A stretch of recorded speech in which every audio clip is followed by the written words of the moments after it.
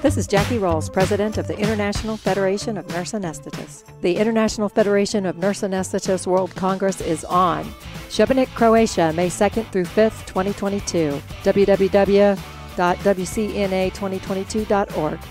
Today's episode of Beyond the Mask is presented by the insurance specialists at Bright Think Wealth Strategies. Find the disability insurance coverage that fits you best right now. Email Robert Smith at rsmithjr@financialguide.com. The show is also made possible by the team at CRNA Financial Planning. Get a free consultation today to be guided through the complexities of investing and financial planning. Just visit crnafinancialplanning.com. We'd also like to thank Helping Hands and OSA EMR for their support of the show. And don't forget, listening to our podcast can earn you Class B credits. For more information on how you can submit them, check out the CE Credit tab on our website, beyondthemaskpodcast.com. Welcome to Beyond the Mask, Innovation and Opportunities for CRNAs, with Jeremy Stanley and Sharon Pierce. We know you spend your day caring for your patient's best interests. On our show, we want to care for you. Join us as we leave the operating room and learn the latest in the CRNA industry. Beyond the Mask starts in 10, 9, 8, 7.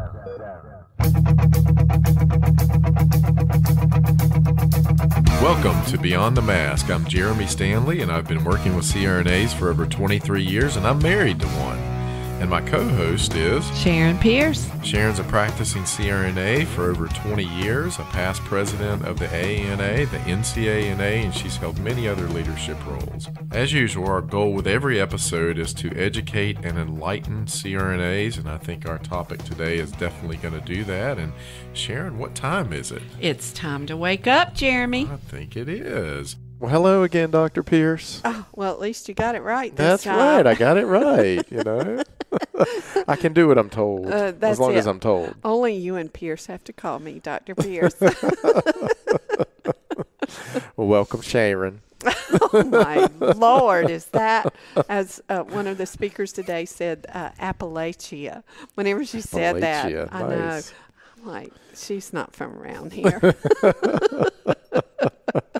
Well, it's great to be back at mid-year again. Of course, we've done several of these today, but I think we got a really good one. We might have saved the best for one of the last. I think so. Yeah. So we have a wonderful person joining us today, Miss Jan Setnor. Welcome, Jan. Hey, thank you. I'm looking forward to this. Yeah, we're glad to have you here. And we're going to be talking today about full practice authority in the Air Force, and something you might have had a little bit to do with. I did. Yeah. So first, for listeners who might not know you and know your background, tell a little bit about you, and then we'll kind of jump into it. So I'm from Virginia, and I have been a CRNA for 24 years now. And I graduated from Old Dominion University in '98, and I was already in the Air Force at that time. And I was a flight nurse, flying patients all over the world. And I was able to go to anesthesia school through the Air Force, which was a wonderful opportunity and almost a choice. In the military, for promotion, you do have to have an advanced degree. And I decided if I was going to have to suffer back through school, I was going to make money at the end of it. So decided being a CRNA was the way to go. And I haven't looked back since. Most of the time, I continued with the flight nursing world for a while, and then they said, nope, got to go to anesthesia now. So went to Travis Air Force Base, became part of their staff, also part of the adjunct faculty for training the CRNAs there. I deployed with them to Afghanistan. I also had other opportunities for deployment, but that was probably my most memorable. After that, now I'm more senior in rank, and they said you have to put your big girl pants on and do something different than anesthesia. So I was sent to what we call air staff, which is all senior members, and we do policy work. Oh, okay. Right up my alley. That is. Well, I can tell you that most people don't want to sit at a desk and read policy all day long. But I was the advisor to the Air Force Surgeon General on all issues advanced practice registered nursing. And in the Air Force, we recognized 21 different practices. And then my main focus, of course, was nurse anesthetist. And every couple of years, they do try to revamp all of the policies, regulations. They also call them now AFIs, Air Force Instructions. So building relationships is very important. So on my team, my responsibility was the nursing part of it, advanced nursing. And one of my counterparts did the physician part of it, and we were very good friends, and he understood the world of nurse anesthesia quite well because I pounded it into him. And that's a good way to get it that done. Yeah. And his wife was a nurse, so she helped me pound a little bit. But he did bring to my attention an Air Force instruction that had been signed off as good to go, and he was doing the final read-through, and being that we did have that relationship, he noted that there were some changes to the nurse anesthesia practice. And those changes were that we needed to have a physician's signature now on all of our records, that any assessment on ASA 2s and above needed a physician anesthesiologist or surgeon signature, that any children 2 years and below needed to have signatures. Those were just some of the minor changes that they were making in there. But basically, they were putting us back into the bottle. And the reason they were looking at that for the Air Force, at this point, the other services had supervision removed from their regulations. But the Air Force was more conservative in their thinking, or they just didn't think about it because that wasn't the way we were practicing. When we were in the hospitals, they're called medical treatment facilities, the MTFs. In the MTFs, people practiced independently. People worked at CRNA-only hospitals. They were in Korea in a CRNA-only hospital, and the closest anesthesiologist was the telephone that you could call back in St. Louis if you had a question about something. Wow. So that was how they used supervision. But I can tell you that at that time, I'll bet you I can count on less than one hand how many people knew that there was this number to call, because it was never used. And so nobody ever considered that supervision was an issue for us, but in fact it was written there. And so he was just enhancing what was written, but because we had this relationship on our team on understanding each other's jobs, he brought this to my attention. At the time, Carolyn McGrath was our Air Force CRNA representative for the advanced practice nurses, and she was brand new to it and paying attention to what's going on. If you're not at the table, you're going to be part of the meal, and we were definitely getting ready to be eaten there. There was a change going on. Now, Brian Coots was the outgoing CRNA. Carolyn was the incoming CRNA. So the lovely anesthesiologist who was the anesthesia consultant said, here, the regs look the same as they did before. I'll just sign them and pass them on. And so neither of them were really aware of changes that were happening because they were told there were no changes. But do you think the one who was signing off really knew about the changes? Or you think not? I mean, no, I don't believe Brian did. Brian's an amazing practitioner. He was our consultant. He was one of the Air Force instructors. He trained the nurses to be independent. I would never believe that he knew of these changes. Okay. And so he's an instructor now. He's I don't know if he's a program director or associate, but no, he did not know. So Brian is a CRNA. Okay, no, I'm talking about... Oh, the doc? The doc. Of course he knew what was going on. I just wanted to make sure. Yeah. I thought, he was somebody that was moving up the food chain in the ASA, and the rumor... Where did he land? Did he move up the food chain? Oh, no, this killed him in the food chain. Oh, snap. Good for know, you, Jan. Yeah. I'm so proud of you. Yeah, he was working with Wanda.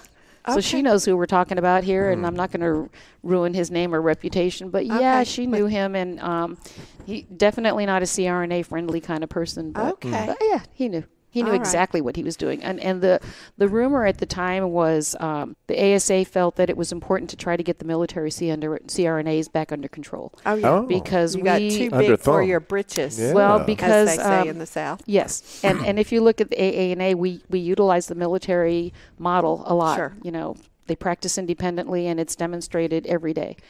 And so, again, going back to my mentor, who I said, we need to stop this. And she said, you need to stop this. And you just smiled. Yeah, so I had to write a justification why this wasn't a good thing. And she again said, put your big girl pants on, because you have to go to the Surgeon General and tell him we're putting a critical stop to this instruction from going forward. So we essentially stopped it for the entire Air Force Medical Corps, because all of the physicians, all the providers were in this instruction, and they can't send part of it through without all of it going through. Oh my! Wow. And so Carolyn McGrath, another colonel in the Air Force, she excellent. Sat down, we wrote it out.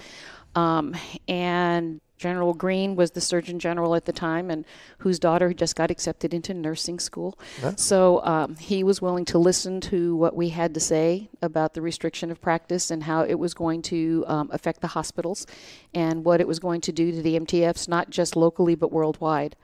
And so it made sense what he said. You basically were going to have a meeting with the physicians, and you guys are going to have to sort it out. The other thing that we had in our favor were many of the surgeons had spoken up about the fact, and they were really the ones who brought some of this to the forefront. They were asked to sign our records when there's no anesthesiologist there. So if you're on call at night and you do a surgery, at the end of the case, the surgeon that was with you had to sign your records that he basically supervised your anesthetic.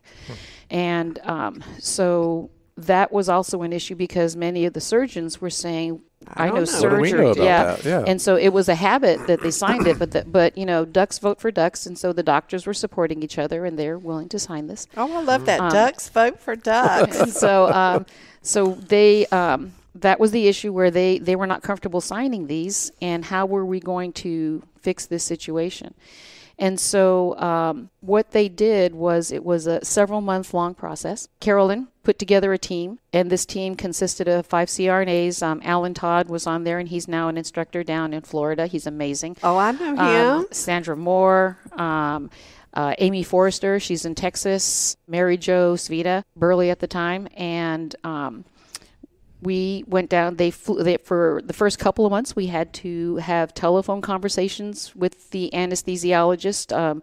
We each had a representative on the call, and there was an arbitrator that was brought into this, and the arbitrator before each call would give us the ROE, the rules of engagement. This is what you can talk about on this call. And so we laid out the ROE of what we were going to discuss and how we were going to move forward with it, and we wrote out the AFIs on how we each thought it should be. And then about 3 months into this, they flew the 2 teams down to San Antonio, to the headquarters, and we had a couple of attorneys, we had an arbitrator, we had 2 credentialing specialists, then we had members from their board of directors that were officiating this discussion. It was like detente. We each sat on opposite ends of the table, and we each had to introduce ourselves and what we wanted out of this. And I'll be honest with you, we did not go into this with the goal of full practice authority because we knew how our side of the military worked, and we knew that, like I said, ducks vote for ducks, and it was going to be a hard battle. But we figured if we could get collaboration, get supervision removed, and make it a collaborative type practice, that might be more palatable for everybody. And so we did mention full practice, one of the folks did, but we want collaboration out of this, and we don't want supervision. And why? And we told them why. And the other side introduced themselves. There were 4 anesthesiologists, and one of them, I loved it that Sean was on there because Sean Czar's father is a CRNA. And so he was very willing to listen to what we had to say, and he was very open, and he led all of his CRNAs practice to the full extent. So Sean is an anesthesiologist. Yes. Okay. He's on their team. He's on their team. I should say he came with the anesthesiologist because he was a senior ranking anesthesiologist. Okay. They were all colonels, 06s that were there. Okay. And you said his daddy was His daddy was a CRNA. Oh, wow. Interesting. So, well, that's like Jackie Roll's son-in-law is an anesthesiologist, and I'm sure he's been trained in the way. and we're hardwired to evidence-based practice, and so we gave reasons, rationale, evidence-based reasons on why. Ralph Cole's bouncing around in my head right now, and you get evidence and economics of why you want a CRNA and what we would bring to the table. And their answer was because they were physicians. That's why. That's it. That was it. I'm a physician. I'm a physician. Well, the only person that line works for is because I'm your mother. I'm your mother. Yeah. That's the only one that has any validity. So they should have known that wouldn't fly right there. Wow. The one thing, the reason I'm doing what I'm doing with the region and the reason that I support AANA is Paul Santoro was president at the time, and Deb Molina was president-elect. And when this whole thing started, I called Deb, and I think I literally heard her head explode. You probably did. And Paul basically told her to help us get what we needed, and Frank Purcell called. And at first we weren't getting much traction from the D.C. office until Frank got involved, and then we got a lot of action. And it was amazing. They sat us down and ran us through various scenarios where questions could be asked and how questions might be asked and how some folks may be more aggressive than others and how to stand your ground. And Chris Betton was also significantly involved on how to speak and how to present yourself. And when we went to this meeting in San Antonio, we had them on speed dial. They had legal and educators and clinicians at our fingertips. And so when we were asked a question, if we didn't know an answer or were unsure, if one of us was texting them, we had answers. And so the AA, I don't think if we had that lifeline going on, that we may not have been as successful as we were. But I'm telling you, 100% support. So it's like the Nordstrom shoe department. I know they're always going to have my size, and so I go there to buy my shoes. I know the AANA is always going to have my back. And so. Well, what I'm hearing you say is whenever the AANA puts its weight behind an issue, that things happen. Yeah. Have you thought about what would happen if you weren't able to work for 2 or 3 years? You know, on average, 25% of people will file a disability claim, and most of us aren't prepared for that loss of income. Every CRNA needs to protect their biggest asset, yourself, and your ability to earn with a disability insurance policy. We recommend contacting Robert Smith, a master disability insurance specialist with more than 30 years of experience and 1,800 CRNA clients, to find the coverage that fits you best. The best way to do that is to send him an email at rsmithjr@financialguide.com. That's rsmithjr@financialguide.com. Or call him at 504-394-6557. Tell us more about the meeting itself. I mean, was there any good stuff? Well, it was Did really anybody interesting. get scraped up or anything? It was interesting. At the time, Colorado put out this this ad, and it was their anesthesiologist, and I can't remember the exact quote, but it was something to the effect of someone in your family is going to die if the CRNAs are allowed to if a nurse is allowed to give you anesthesia unsupervised. I mean, it was something really I know. ugly. Yes. That's what I'm talking about. I do know. It's the same MO. They always do. Just like when I was running for office, they sent out flyers. Sharon Pierce will kill veterans. Yeah. No Did kidding. they really? Yes, a national issue. They brought down to gosh. District 81 in Lexington, North Carolina. Sharon Pierce will kill veterans because she wants to allow nurses to give anesthesia with no physician, and that's just not right. If I'd have known that about you, Sharon, I don't know if you'd be my friend. Well, it was interesting that one of the pediatricians that was sitting on, he's supposed to be an observer, jumped up out of his seat and picked that paper up and put it in front of the anesthesiologist, and he goes, "Do you agree with this? Do you think that?" And it was pretty fun watching him get all spun out. So what did the guy say? He just said, "Well, we don't always support what they put out there, but we think that the CRNA, we believe they should be supervised." And so another interesting fact was the other anesthesiologist that they brought. Now, this was a couple years after I came back from deployment.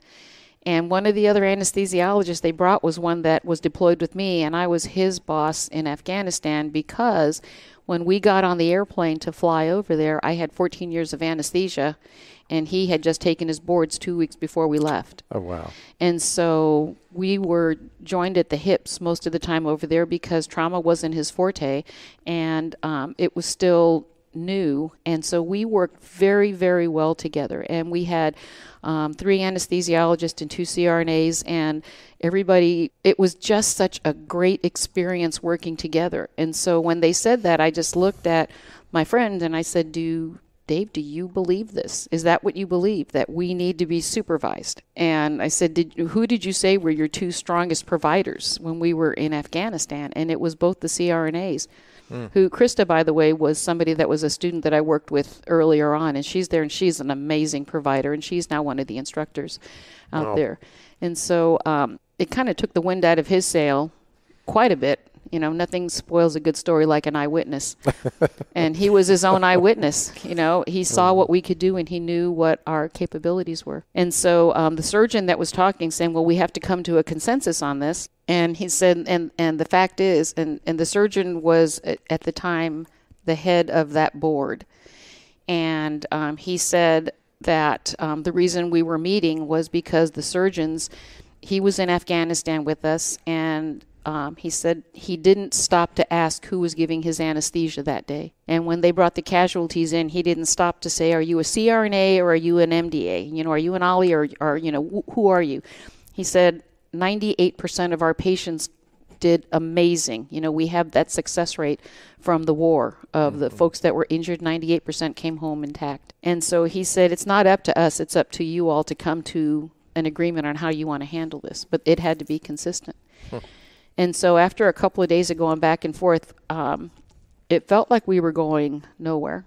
And so we tried a different tact, and we said, okay, you win. For consistency's sake, we will do what you want. We will work under the supervision clause that you want. And we said, but that means for the Air Force to meet the new requirements that you are putting out there, we're going to need something like, I think it was like 178 more anesthesiologists by October 1st.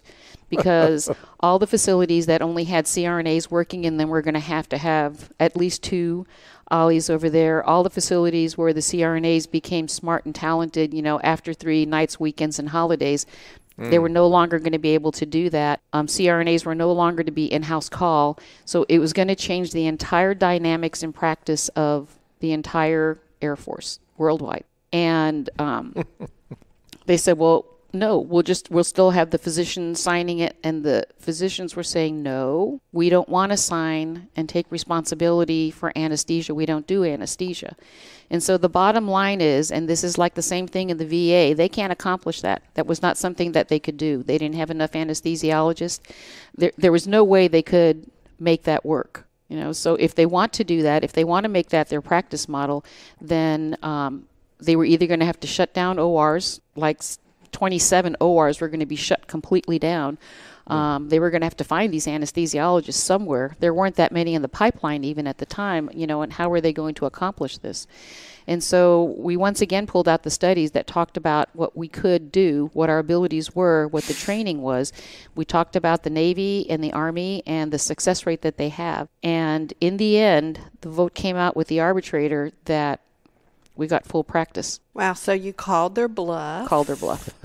I love it that they're like, oh, yeah, we're going to supervise you, but nothing's really going to change. Right. We're going to supervise you from another continent. Right. So I know I felt you twitching beside of me, Jeremy, because you're doing the dollar signs in your head for 170 extra anesthesiologists, and then, by God, they saw the light. They saw the light. Isn't that something? Sometimes when it comes down physically and financially, I mean. Well, you know what I've always said, whenever we were fighting physician supervision in North Carolina for the second time, I said, you know, we go to all these physicians who are supposed to be, who will have to supervise us and sign our charts. Okay, well, hey, how much are you going to get paid for supervising me? Well, guess what? Then they're like, oh, no, I don't need to supervise you, Sharon. You know, because I'm not going to get paid. And so why do the anesthesiologists get paid and you don't get paid, doctor? Well, then guess what? The story changes then. So it is. Also, remember that this happened 12 years ago, and this is my story, and so this is how I remember it and how I want to remember it. And so if one of you other people out there are listening and you know it differently, just keep it to yourself. Well, I was on the board at the time. And the story you remember is the story that we saw. So everybody out there, just know that weren't y'all the fourth one or within the 4 services branches of service, yes, you were the 4th one to get full practice authority. Right. So that put the nail in the coffin, yes, so to speak. Mm-hmm. So all 4 wow. branches of the service have Right. full practice authority, but yet, just like we've talked about before, Yeah. you fly across the ocean and your IQ falls, and what Yeah. you did yesterday you can't do today Mm-hmm. if you're working within the VA system, Yeah. which makes zero sense. No. And they still try different ways. The physicians will try to put their control over it. Like pain management, very difficult for CRNAs in the military in some facilities. And it's just like when people get opt out in different states, they think they can do what they want. Well, no, your facility still has some say-so over it. It's different with the practices and the physicians. There's a lot of really good teams out there, and they're not ACTs. I forget, Joe Rodriguez has a great term for them. And is it like a collaborative team, or the team model is that the doctors and CRNAs work together in the same facility, doing their own cases. There's a terminology that he made up. Probably. That he made. Joe, Probably. Formerly known as Gettysburg, or as Prince. Yeah, Prince.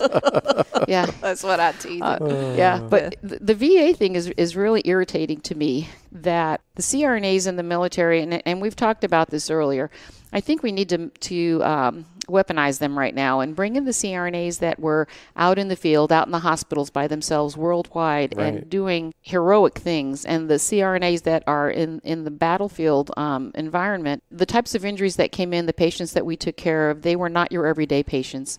Right. And there were no anesthesiologists in some of them, and there were anesthesiologists in a lot of locations, but they weren't supervising the care of the CRNA. They had their own hands full of the patients that were coming in. There was a period of time during the war where I was there in Afghanistan where, if you didn't do your own case, you know what? We're going to hold a room up. And so we never even questioned somebody in charge or somebody not doing anything, and we worked so well together. Beyond the Mask is made possible by the team at CRNA Financial Planning. With almost 2 decades of experience, the firm guides CRNAs through the complexities of investing and financial planning. Schedule a free consultation today by calling 855-304-3748 or go online to crnafinancialplanning.com. I love the way you said that you would ask them, put it right in front of them, do you believe this? Mm-hmm. Yeah. That was a perfect way to handle that situation. And I will tell you, whenever I first got involved in politics and advocacy, we were in a battle in North Carolina, shocker. And I went to go and see the Senate Minority Leader, and some of the vitriol was coming from his constituent anesthesiologist in his district. And they had sent out these very negative, inflammatory letters to every single legislator about how incapable CRNAs were. So the first time I went in his office and I sat down, I wanted to put it out there. I knew about the letters, and I just said, I know about the letters, and we'll just not talk about those. And he said, you know what? Let's talk about them. I said, okay, what do you want to know? And he said, well, I want to know what you think about that. And I said, they don't even believe what they write. And he goes, well, that's an interesting perspective. And at the time I was working 12-hour shifts at a level 2 trauma center. And I said, the reason why I know that they don't believe what they write is they leave me in a room for 12 hours and never come to check on me or the patient or see what I'm doing. Mm-hmm. So they don't even believe what they write. Right.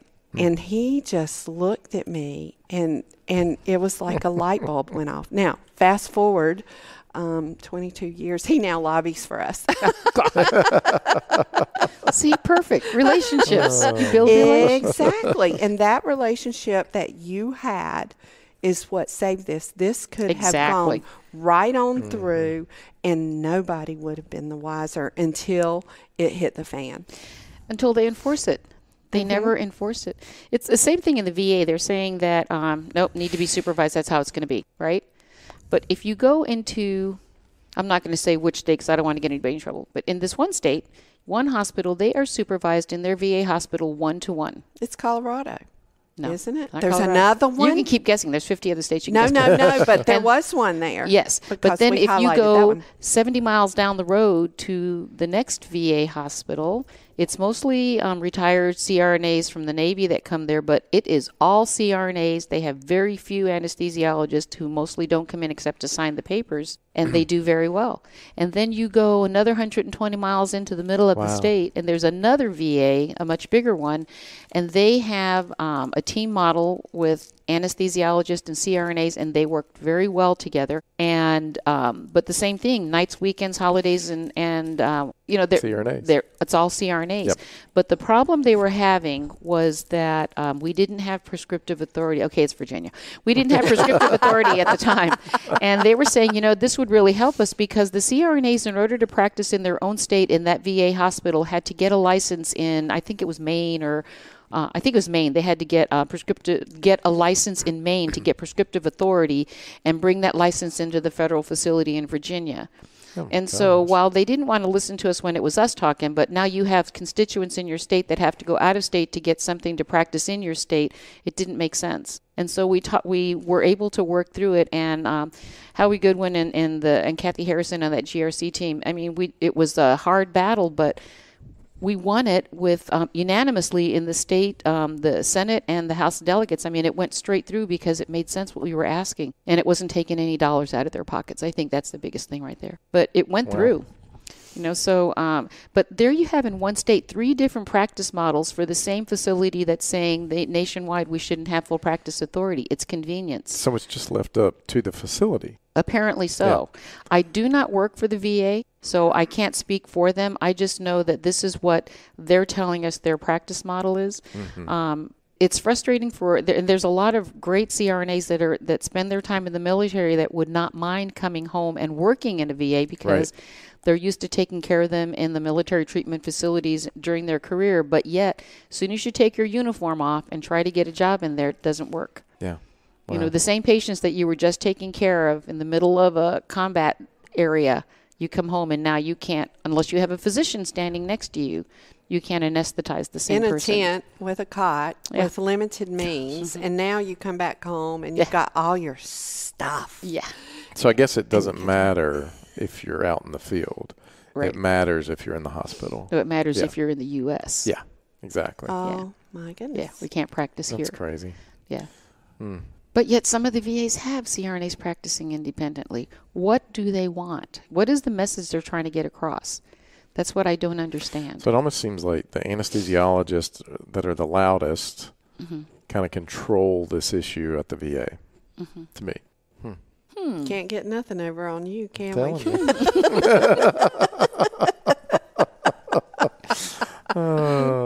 It's amazing just to kind of watch this because it absolutely makes no logical sense at all. No None. evidence, but a lot of economics. Right. Yeah.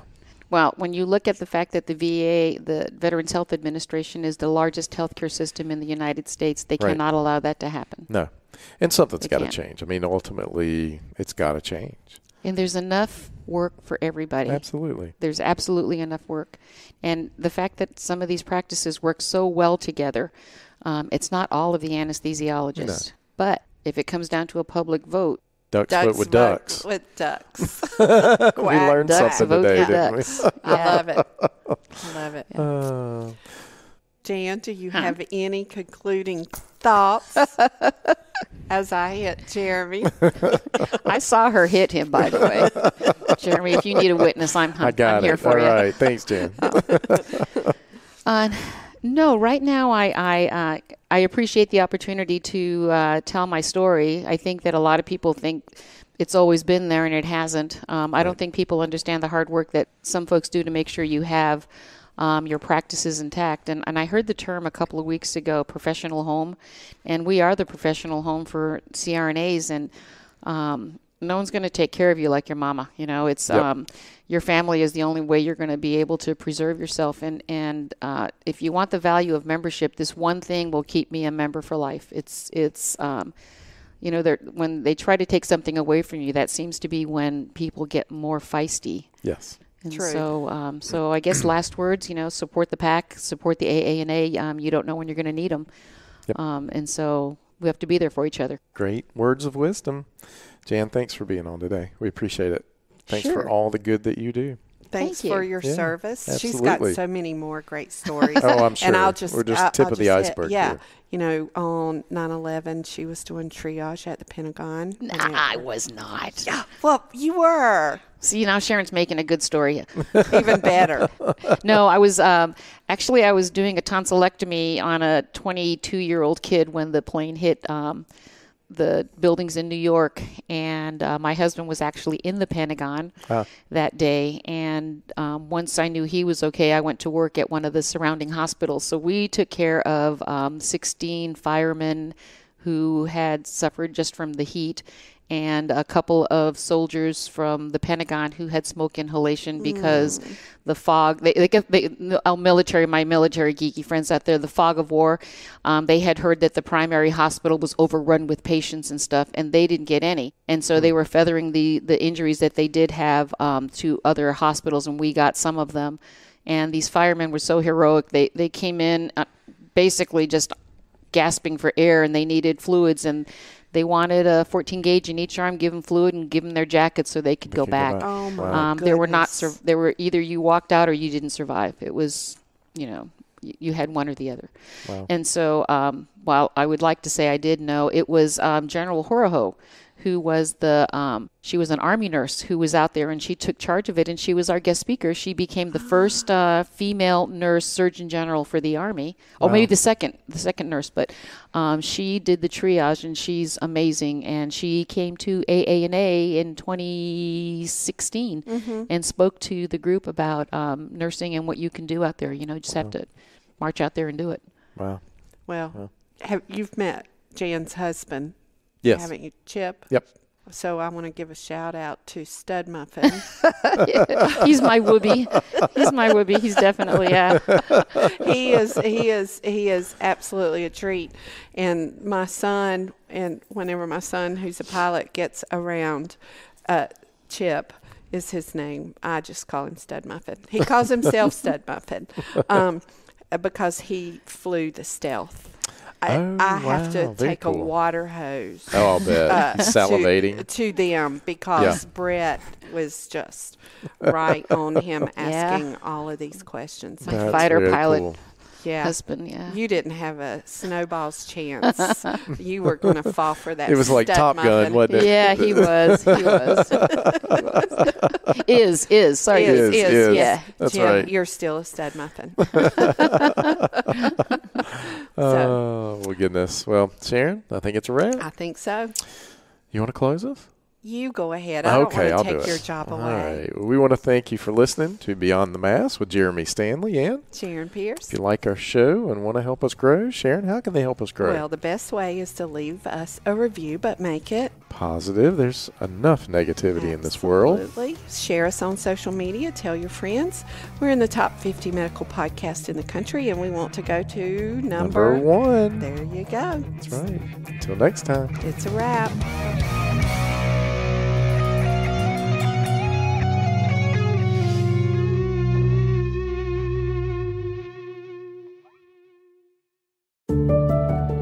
As a CRNA, you spend years preparing yourself for this career, so we don't want to see you lose out on any of the income you've worked so hard to earn. The best way to protect yourself and give you the confidence that a major life event won't disrupt your financial future is through disability insurance. We've known disability income specialist Robert Smith for many years and have seen the work he's done with nearly 2,000 CRNAs over multiple decades. He can help identify any gaps in your existing coverage and fill those gaps by finding the best value on a policy. Contact Robert and let him know you heard about him on our podcast. Send him an email at rsmithjr@financialguide.com. That's rsmithjr@financialguide.com. Or call him at 504-394-6557. Protect your greatest asset as a CRNA, yourself and your ability to earn a living by adding disability insurance to your financial plan. Today's show is brought to you by the folks at CRNA Financial Planning, an independent consulting firm that offers financial planning services exclusively to CRNAs and their families. From planning for a child's future college expenses to building a predictable income stream in retirement, the firm is committed to offering you comprehensive financial services, customized to fit your unique needs and objectives. If you have questions about your financial future, get them answered.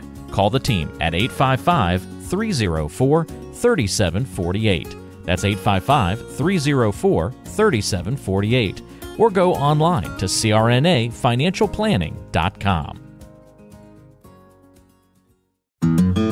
Hi, this is Jackie Rolls, President of the International Federation of Nurse Anesthetists and President and founder of Our Hearts, Your Hands, a global anesthesia support community that takes donations to allow nurse anesthetists in low and middle income countries to go to educational programs, to buy equipment or textbooks.